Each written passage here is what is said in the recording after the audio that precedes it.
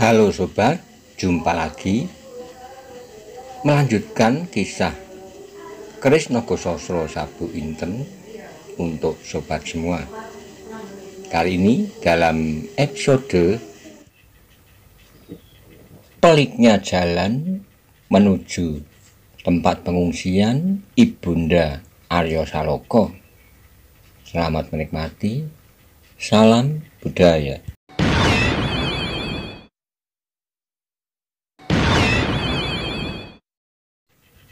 Pada episode sebelumnya dikisahkan ketika Lembu Soro akan menemui kakaknya, Ki Ageng Gajah Soro.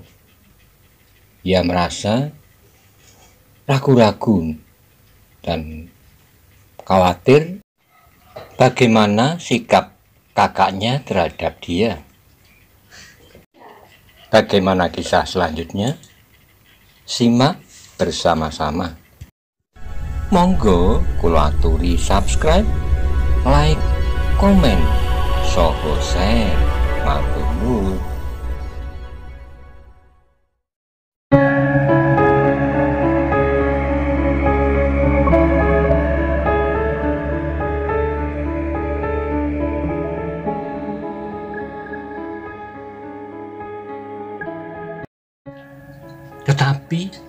Tetapi yang terjadi bukanlah demikian.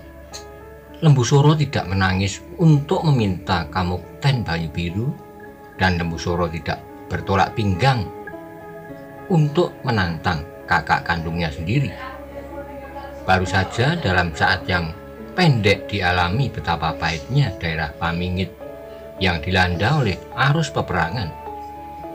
Betapa pedih hati Lembu Soro melihat api yang menelan rumah-rumah dan banjar-banjar desa. Mendengar pekik tangis perempuan dan anak-anak yang berusaha untuk memperpanjang hidupnya. Betapa ngeri perasaan anak-anak melihat darah yang bercucuran dan betapa tertekan jiwanya melihat ayahnya diseret ke jalan-jalan. Tapi peperangan itu sendiri serasa menjadi sahabat yang paling akrab dari manusia.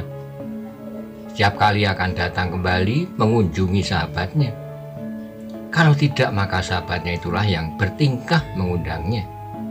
Ternyata dalam sejarah hidup manusia yang ditulis di lontar-lontar kitab-kitab kidung dan di lontar-lontar yang lain, selalu akan berulang kembali kata-kata perang, perang, dan perang. Meskipun setiap mulut akan mengutuknya sebagai hantu yang paling menakutkan. Tetapi seperti juga kasih yang selalu dirindukan. Tidak saja negara-negara besar di Nusantara sendiri yang timbul dan tenggelam setelah pecah perang-perang besar seperti Mataram Lama, Jenggolo, Kediri, Pajajaran, Mojopahit, dan bahkan cerita-cerita yang dibawa oleh para perantau, para pelaut dan pedagang asing di pantai Nusantara. Negara-negara Parangake, Ngerum, negara-negara Cina dan Jepang yang berebut pengaruh selalu diakhiri oleh tangis para janda dan anak-anak karena suami dan ayah mereka lenyap dengan mengerikan sekali dalam kebiadaban api peperangan. Dan peperangan yang paling terkutuk yang selalu terjadi di bumi Nusantara sejak masa-masa pemerintahan Pusenduk di Mataram Lama, Joyoboyo dan Joyosobo, sampai pada masa pemerintahan Tumapel Kediri dan seterusnya. Pecahnya Mojopahit adalah karena perang saudara. Pemberontakan Paregreg dan sebagainya adalah permulaan dari kemunduran Mojopahit. Karena itulah didasari pada kesadaran yang demikian, setelah kepalanya sendiri hampir terbentur hancur, Lembu Soro sempat melihat dalam dirinya. Ia tidak mau mengalami nasib yang demikian, kehancuran mutlak atas Pamingit dan Banyu Biru. Yang membeli dirinya kini adalah penyesalan. Penyesalan yang menghujam ke dalam jantung kalbunya dan ia belum terlambat. Gajah Soro pun kemudian telah bersiap sebagai seorang kakak yang baik. Sambil menepuk bahu adiknya, ia berkata perlahan-lahan, "Masuklah, Lembu Soro." Lembu Soro tidak bisa menjawab, mulutnya tersumbat, tetapi ia mengangguk dan melangkah ke pintu. Yang berada di pintu pun telah duduk kembali ke tempatnya. Maesa Jenar, Kebo Kanigoro, Gajah Alit dan Paningron, kemudian Arya Saloka, Wilis dan Widuri. Disusul kemudian Gajah Suro dan Lembu Suro. Sedang yang terakhir kali menempati tempatnya adalah Ki Ageng Soro Dipoyono. Mula-mula terasa betapa hatinya bergelora ketika Ki Ageng Lembu Suro melihat siapa saja yang hadir dalam ruangan itu. Apalagi ketika ia melihat dua orang yang berpakaian lengkap sebagai prajurit-prajurit Demak. Jelas terbayang di kepalanya bagaimana ia dengan orang-orang golongan hitam mencegat Laskar Demak 5-6 tahun yang lalu. Bagaimana pada saat itu Maesa Jenar telah menyergapnya. Tetapi kemudian hati Lembu Suro menjadi semeleh. Ia pasrah pada kekuasaan yang maha kuasa. Ia akan menerima kebenaran tertinggi. Sebab kemudian ia yakin bahwa kebenaran tidak dapat dipaksakan oleh manusia, meskipun manusia seluruh dunia mengakuinya. Namun oleh Tuhan yang Maha Kuasa, kebenaran yang berjalan di atas firman-Nya. Tetapi sesuatu telah terjadi di luar halaman Banjar Desa itu. Dua pasang mata telah menyaksikan betapa Ki Ageng Lembu Suro menangis dan wajah kedua orang itu pun menjadi merah karena marah. Seorang berperawakan kokoh dengan jalur-jalur ototnya yang menjorok di seluruh permukaan kulitnya. Orang itu adalah Galunggung, sedang yang lain seorang anak muda sebaya dengan Arya Saloka, putra Ki Ageng Lembu Suro sendiri. Perempuan, bisik Sawung Sariti. Ayah Angger Saloka terlalu perasa, sahut Galunggung. Apa yang kira-kira dilakukan ayah? Menyerah kepada nasib atau malahan menyerahkan Pamingit sebagai tebusan dirinya? Sawung Sariti meneruskan sambil mencibirkan bibirnya. Apa kira-kira yang akan dilakukan oleh dua orang prajurit dari Demak itu di sini? Tanya Galunggung tiba-tiba. Sawung Sariti mengerutkan keningnya. Entahlah, jawabnya. Mungkin ia akan menangkap ayah, karena ayah pernah mencegat Laskar Demak dahulu. Mata Galunggung yang seperti burung hantu itu tiba-tiba menjadi suram. Ia menarik napas sambil menggeram, katanya. Kalau benar, aku kira lebih baik hancur daripada menyerah. Apa kau sangka yang dua orang itu mampu menghancurkan kita? Kata Sawung Sariti dengan nada yang tinggi. Laskarnya, sahut Galunggung. Apakah kira-kira hanya dua orang itu saja? Jangan pikirkan itu, potong Sawung Sariti. Barangkali yang mengawal Paman Gajah Suro yang hanya sekedar boleh menengok keluarga. Tetapi yang penting bagiku adalah Arya Saloka. Apakah Paman Gajah Suro kembali memerintah di Banyu Biru atau tidak? Kalau Arya Saloka dapat aku lenyapkan, maka akhirnya Pamingit dan Banyu Biru akan jatuh di tanganku dengan sendirinya. Angger benar, tak ada orang lain yang dapat mewarisi kedua daerah ini secara sah selain Angger Sawung Sariti, jawab Galunggung. Sawung Sariti tersenyum seolah-olah ia telah memastikan dirinya untuk menerima warisan dari ayahnya atau Pamingit dan dari pamannya Gajah Suro atas Banyu Biru. Meskipun dengan demikian ia harus duduk di atas bangkai kakak sepupunya. Marilah kita pergi, ajak Sawung Sariti. Tidaklah Angger akan menghadap Pamanda Gajah Suro? Tanya Galunggung. Sawung Sariti mencibirkan bibirnya, jawabnya. Buat apa? Dan keduanya pun melangkah pergi. Tak seorang pun yang mengetahui apa yang akan dilakukan oleh Sawung Sariti. Dan keduanya pergi tanpa menarik perhatian seorang pun. Bagaimana mereka datang dari dalam gelap, berhenti dan berdiri menyaksikan apa yang terjadi di halaman Banjar Desa dari dalam gelap. Mereka pun lenyap ditelan oleh kegelapan. Di Banjar Desa, pembicaraan-pembicaraan telah mulai berlangsung lancar sekali. Paningron meskipun tidak dengan tegas, namun disindirnya bahwa ia tidak akan mengambil suatu tindakan apapun terhadap Banyu Biru dan Pamingit karena peristiwa pencegatan 5 tahun lalu, sebab menurut laporan yang masuk ke Demak, Pencegatan itu dilakukan oleh golongan hitam. Saat kemudian di halaman itu pun dikejutkan oleh suara tawa yang tinggi nyaring.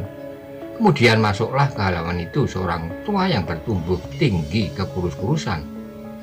Dengan suara yang berderai ia bertanya pada anak-anak yang duduk di halaman, "Siapakah yang berada di dalam?"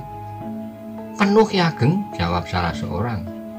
Ki Ageng Pandanalas tertawa, katanya, "Seorang memberitahuku kepadaku, katanya, anak Mas Maiso Jenar telah datang bersama-sama dengan beberapa orang lain. Di antaranya 2 orang gadis. Apakah Roro Wilis bersamanya?" Yang ditanya oleh Ki Ageng Pandanalas kebetulan adalah anak-anak Banyu Biru yang memang mengenal Roro Wilis. Dari lubang pintu mereka memang melihat gadis itu berada di dalam. Maka salah seorang menjawab, "Ya, Ki Ageng, salah seorang di antaranya adalah Roro Wilis." Ki Ageng Pandanalas tertawa. "Aku sudah rindu kepadanya," katanya, dan suaranya itu terdengar dari dalam ruangan Banjar Desa. Maka berkatalah Ki Ageng Surodipoyono, "Angger Roro Wilis, agaknya Eyangmu telah datang." "Ya, Eyang," jawabnya, "aku sudah mendengar suaranya." Pada saat itulah Ki Ageng Pandanalas muncul. Begitu saja ia langsung masuk ke dalam Banjar. Tetapi ia tertegun ketika dilihatnya banyak orang lain, diantaranya bahkan 2 orang prajurit dalam pakaiannya. "Silahkan Ki Ageng," Ki Ageng Surodipoyono mempersilahkan. Sahut Ki Ageng Pandanalas, "Aku kira hanya orang-orang kita sendiri." Tapi agaknya suaranya terputus, lalu sambil berjalan berjongkok, ia maju ke depan Gajah Suro sambil berkata, "Bukankah ini Angger Gajah Suro seperti yang kau katakan, Ki Ageng?" Ia berkata Ki Ageng Surodipoyono, namun tangannya teracung kepada Gajah Suro. Dengan serta-merta Gajah Suro menyambut salam itu sambil membungkuk hormat. Ia menjawab, "Terima kasih, Paman." Baru kemudian Ki Ageng Pandanalas sempat menyapa cucunya Roro Wilis. "Kau bertambah kurus, Wilis," katanya. Roro Wilis menundukkan wajahnya. "Tetapi jangan terlalu kau biarkan dirimu menjadi semakin kurus. Itu tidak baik, apalagi bagi gadis-gadis," kata eyangnya yang terdengar kemudian adalah suara Endah Widuri. "Tidak, Eyang. Bibi Wilis hampir setiap pagi dan sore minum jamu singset. Karena itu Bibi Wilis kian hari kian bertambah cantik." Potong Wilis sambil mencubit lengan anak itu. "Aduh," Widuri mengadu, namun ia tertawa-tawa saja. Dengan hadirnya Ki Ageng Pandanalas, ruangan itu bertambah ramai dan ribut, namun juga bertambah panas, apalagi saat kemudian Titis Anganten telah datang pula meramaikan pertemuan itu. Pertemuan dari sekelompok sahabat yang lama terpisah-pisah, namun kemudian berkumpul kembali dalam suasana yang menyenangkan. Pembicaraan mereka berkisar ke sana kemari tak menentu, terasa seakan-akan waktu begitu sempit dan cepat. Karena itu mereka terpaksa menunda pembicaraan mereka sampai esok. Belum ada hal yang puas mereka dengar, baik dari Maiso Jenar maupun Kebo Kanigoro, tentang pasingsingan yang rangkap 3, juga dari Gajah Suro tentang pengalamannya di Demak, serta dari Ki Ageng Surodipoyono, Pandanalas, dan Titis Anganten tentang lenyapnya Laskar Hitam dari Pamingit. Namun agaknya malam telah jauh dan pertemuan itu pun bubarlah. Masing-masing dibawa ke pondok yang sudah disediakan meskipun berpencar-pencar. Malam menjadi sepi, namun Ki Ageng Gajah Suro tidak segera dapat beristirahat. Di halaman anak-anak Banyu Biru benar-benar menantinya, sehingga ia masih memerlukan waktu untuk menemui mereka, berbicara dengan mereka, menjawab pertanyaan-pertanyaan mereka yang kadang-kadang aneh-aneh. Tapi dari mereka Gajah Suro juga mendengar bahwa anaknya Aryo Saloko benar-benar luar biasa. Jaladri pernah melihat Aryo Saloko bertempur melawan Lowoijo, tidak saja dalam pertempuran besar beberapa hari yang lalu, tetapi di Gedong Songo pun pernah dilihatnya. Ia sama sekali tidak menyangka cerita itu bukan sekedar cerita yang berlebih-lebihan. Namun cerita itu benar-benar terjadi. Dirinya sendiri pernah membuktikan betapa anak muda yang bernama Aryo Saloka itu mampu melawannya. Selagi Ki Ageng Gajah Suro duduk bersama dengan anak-anak Banyu Biru sebelum ia diantar ke pondoknya, Aryo Saloka telah mendahuluinya bersama gurunya dan Kebu Kanigoro. Tapi ia pun tidak segera dapat tidur ketika gurunya dan Kebu Kanigoro telah berbaring di ruang dalam. Aryo Saloka masih duduk di muka pintu menunggu kedatangan ayahnya, yang juga harus beristirahat di tempat itu bersama-sama mereka. Sedang di pondok sebelah adalah tempat untuk beristirahat kedua prajurit dari Demak, Paningron dan Gajah Alit. Ketika Aryo Saloka sedang merenungi titik-titik yang jauh di dalam gelap malam, tiba-tiba dilihatnya seorang lewat di muka pondoknya. Seorang tua yang berjalan seperti perempuan. Orang itu berhenti sejenak lalu melambaikan tangannya kepada Aryo Saloka. Aryo Saloka yang sudah mengenalnya segera berdiri mendekatinya sambil membungkuk hormat. Ia bertanya, "Apakah sesuatu yang Titis Anganten? Aku ingin mengatakan kepadamu dalam pertemuan tadi, namun aku tidak sampai hati merusak suasana yang gembira itu. Sebenarnya masih ada sesuatu yang ketinggalan dari keluarga Banyu Biru dan Pamingit," jawab Titis Anganten. Cepat hati Aryo bergeser ke ibunya. Dahulu orang tua itulah yang memberitahukan kepadanya bahwa ibunya selamat, dan sekarang ia berkata tentang keluarga Banyu Biru dan Pamingit yang tercecer.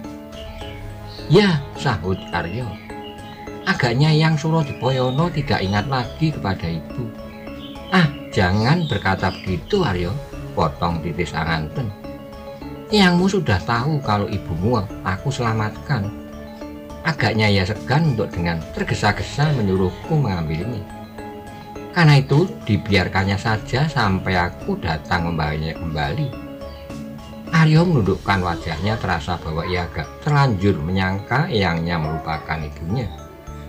Sekarang Titis Anganten meneruskan, "Aku ingin mengembalikan ibumu, justru ayahmu sudah lebih dahulu datang tanpa disangka-sangka." "Terima kasih, Eyang," jawab Aryo. "Di manakah ibu sekarang?" "Masih di pengungsiannya," sahut Titis Anganten. "Aku kira keadaan telah benar-benar baik.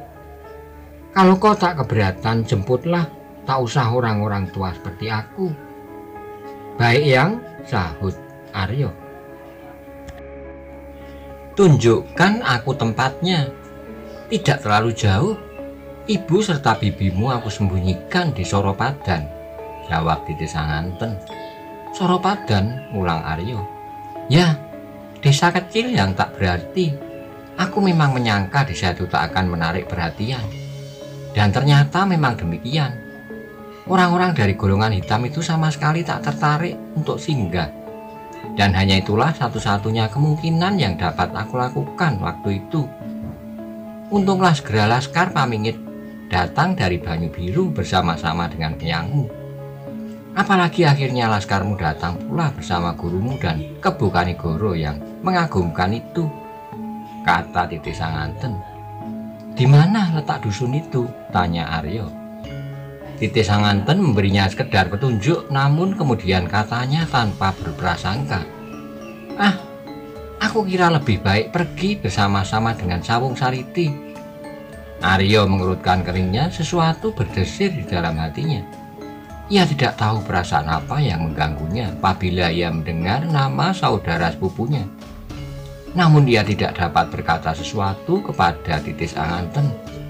"Aryo," orang tua itu meneruskan, "aku kira Sawung Sariti telah mengenal semua sudut daerah Pamingit ini. Aku kira ia pun mengenal Soropadan. Apalagi ibunya pun di sana."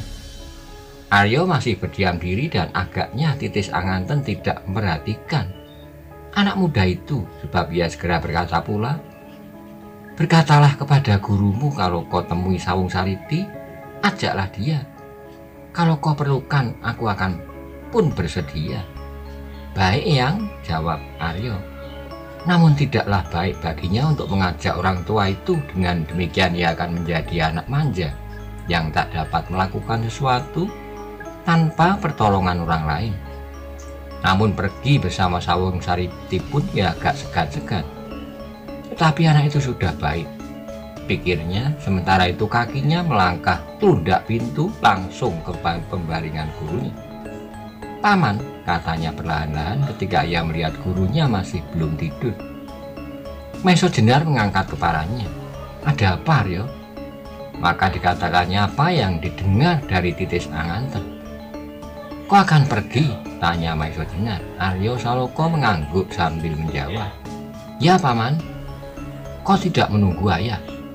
tanya Kebu Kanigoro yang berbaring di bali-bali di samping Maiso Jenar. Tiba-tiba Aryo ingin mengejutkan ayahnya. Kalau ayah datang nanti mudah-mudahan ia telah kembali bersama ibunya. Bukankah Soropadan tidak begitu jauh?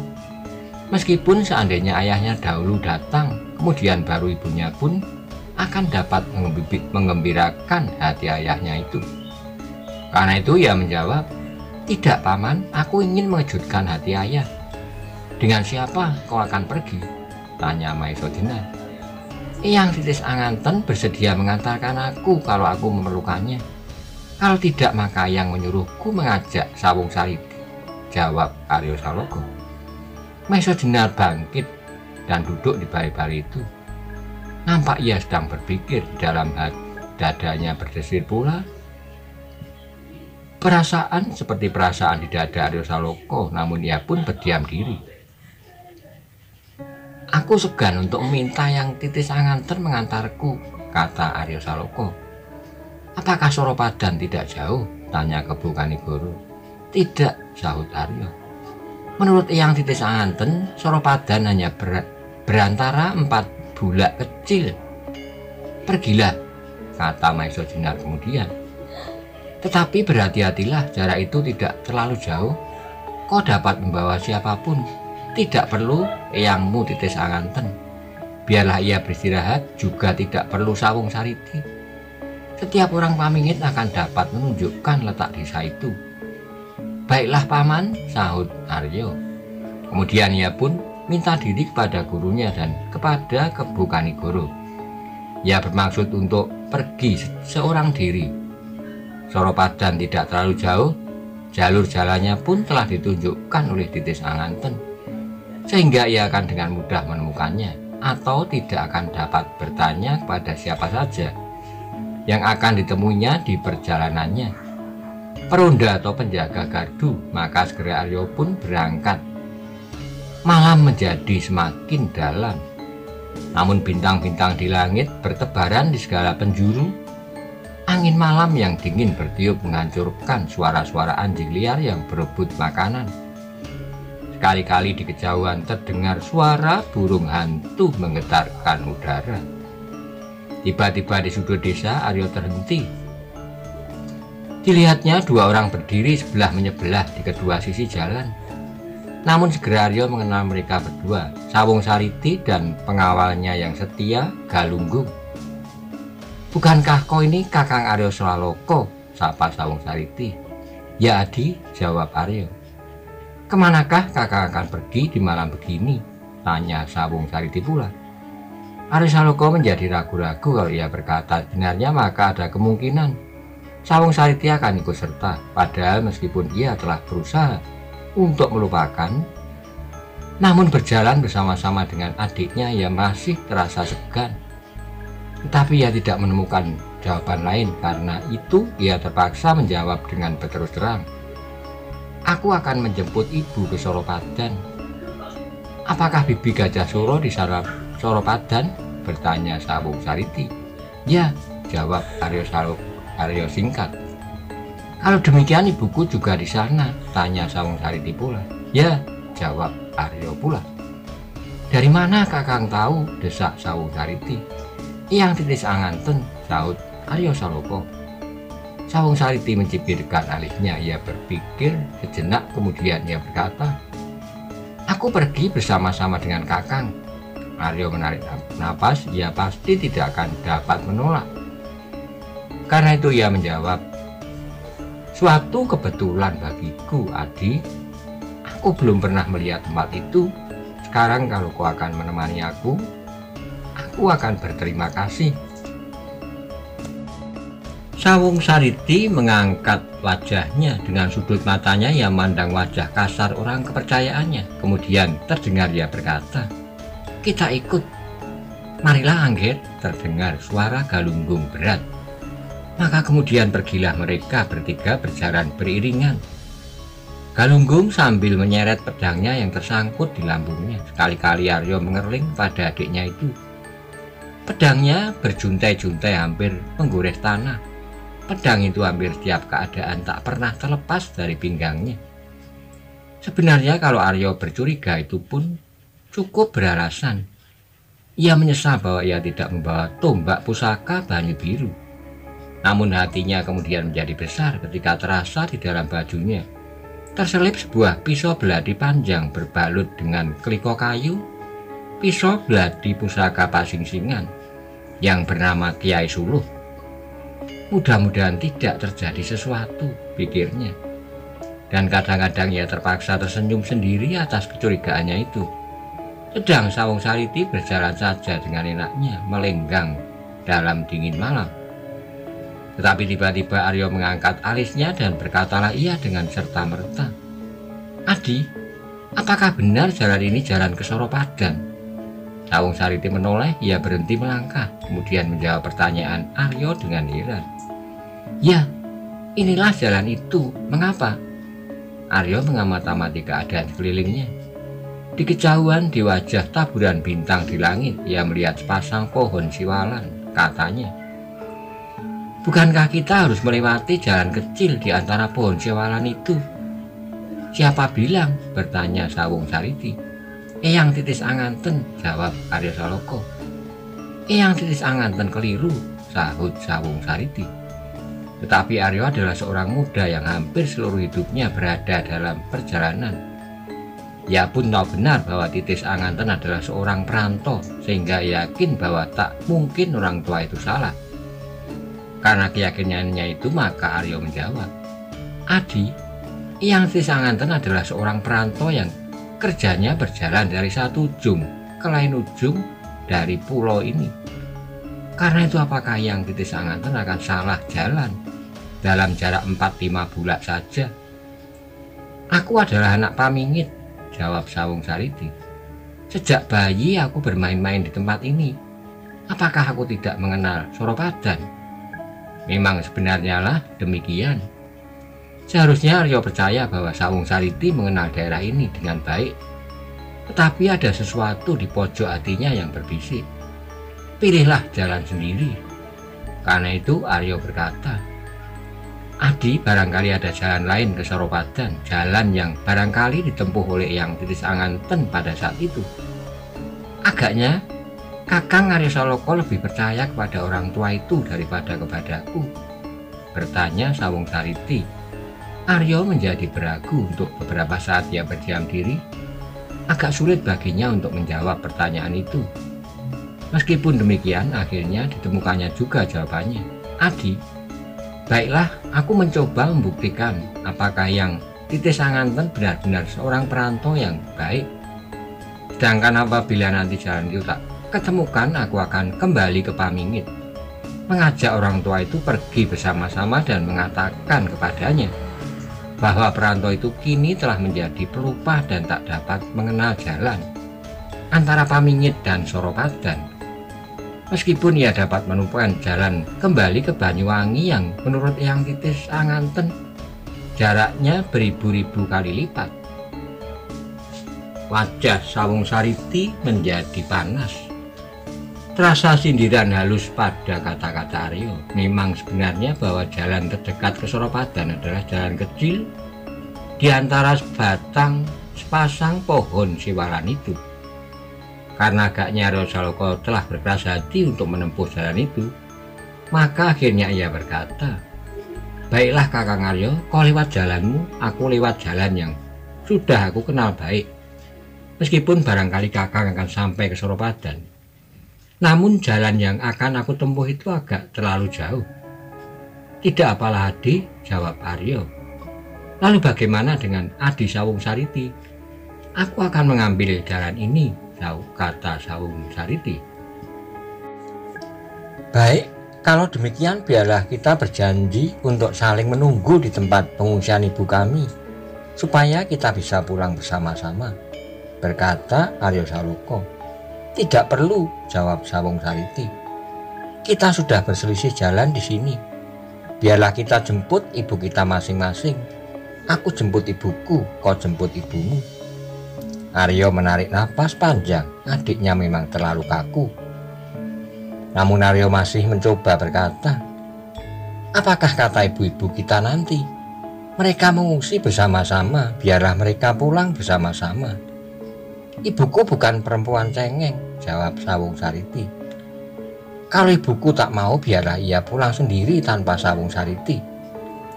Terdengar Aryo mengeluh, tetapi ia tidak sempat berbicara lagi. Sawung Sariti telah pergi meninggalkannya. Galunggung berjalan di belakang sambil meloncat-loncat. Sekali dua kali dilihatnya kedua orang itu menoleh, tapi lalu berjalan semakin cepat.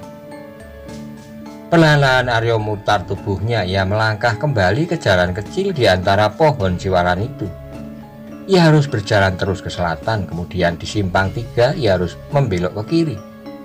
Setelah berapa langkah akan ditemuinya parit, ia dapat menempuh 2 jalan. Terus lewat jalan kecil itu atau menyusur tepi parit. Namun kedua jalan itu akan bertemu kembali di bawah pohon nyamplung yang besar di tepi sebuah sungai kecil. Setelah itu ia hanya akan menyusur satu jalan terus sampai dimasukinya desa Soropadan. Mungkin Adi Sawung Sariti benar, pikirnya. Jalan itu pun akan sampai ke Soropadan. Dengan demikian Aryo agak menyesal, mungkin ia terlalu berprasangka. Namun sebenarnya Aryo telah berbuat hati-hati, firasatnya telah dapat memberinya beberapa pertimbangan dalam mengambil keputusan. Kalau ia berjalan bersama-sama dengan Sawung Sariti, akibatnya akan berbahaya sekali. Sawung Sariti telah membawanya lewat jalan yang sepi, menyusur lewat pereng yang terjal.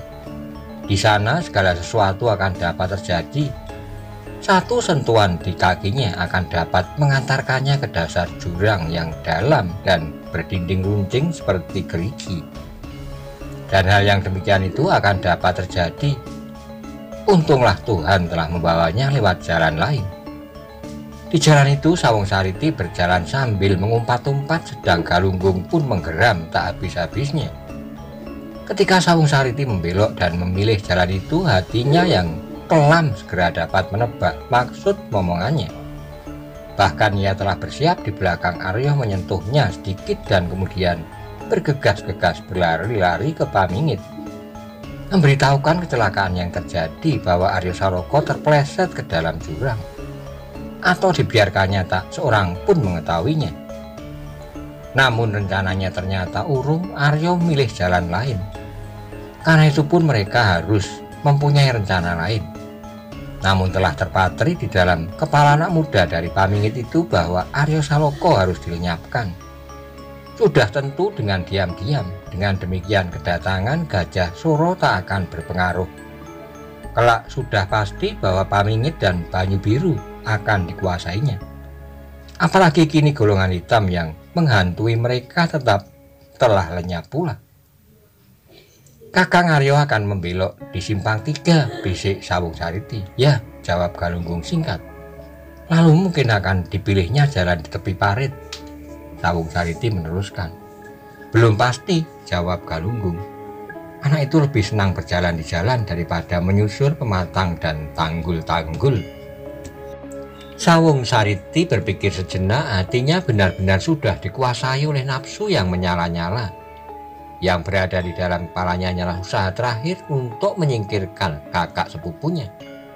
Galunggung dapat mengetahui apa yang bergolak di dalam hati anak muda itu. Karena itu ia pun turut berpikir. Ia mengharap bahwa Sawung Sariti kelak benar-benar dapat menguasai Pamingit dan Banyu Biru.